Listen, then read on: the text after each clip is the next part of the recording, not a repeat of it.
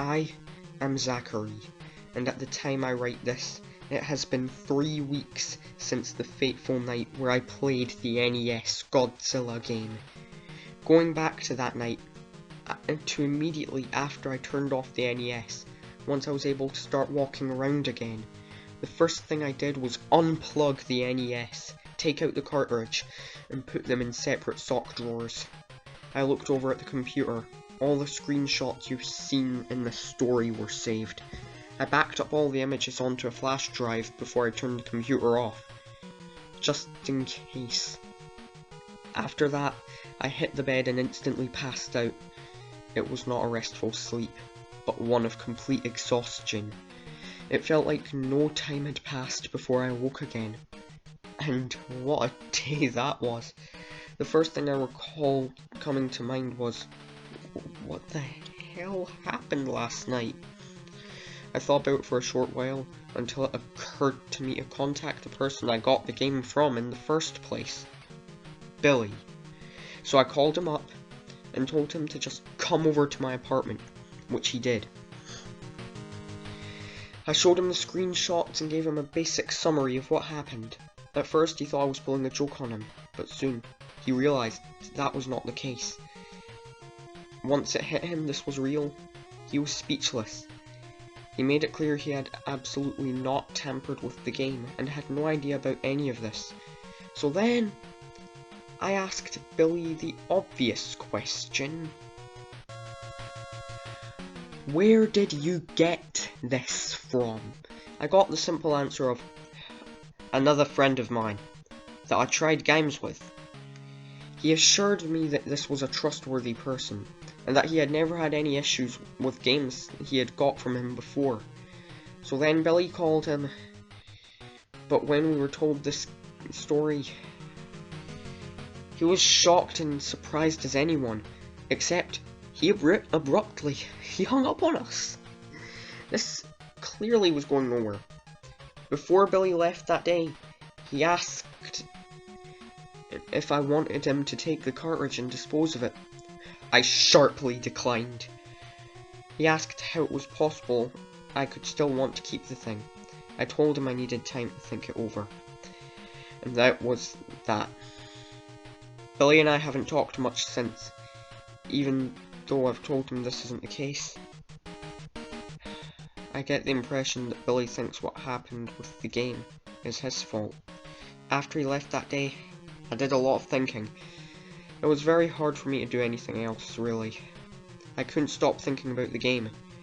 There were so many questions left unanswered. What was Red?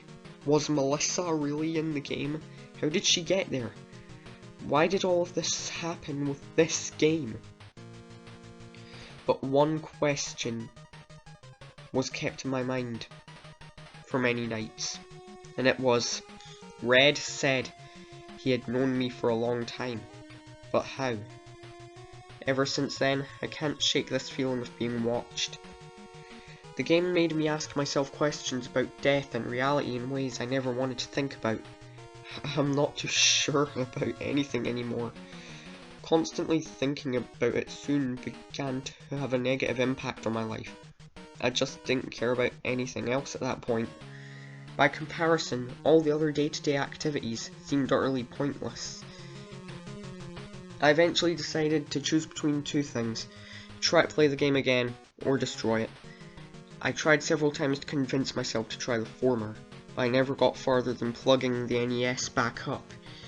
Just touching the cartridge made me remember all the pain I felt during the fight with Red.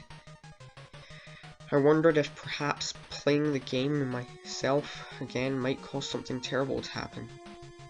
I didn't know anything about how this game worked, and it was too risky. I wasn't sure I could stand another round of the game anyway. So then there was the other option. Wanting to get some fresh air, I took the game with me and drove to the lake, planning to throw it in.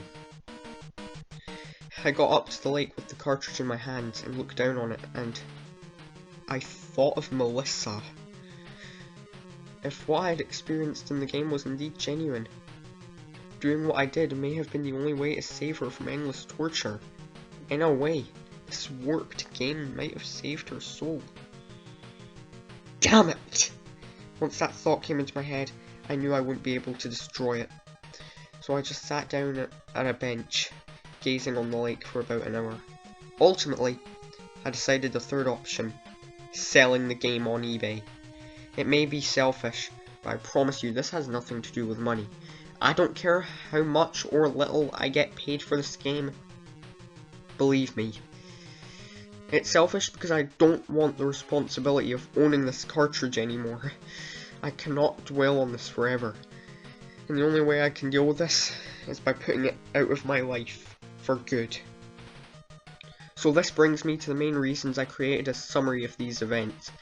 First, to record the details while I can remember them, and second is to whoever bids on this game knows what they're getting into. I can't guarantee the safety of anyone else who plays the game, or that anything will happen at all. But to the new owner of the game, remember this. Be careful, and if you feel as if the game is literally messing with your mind, shut the damn thing off!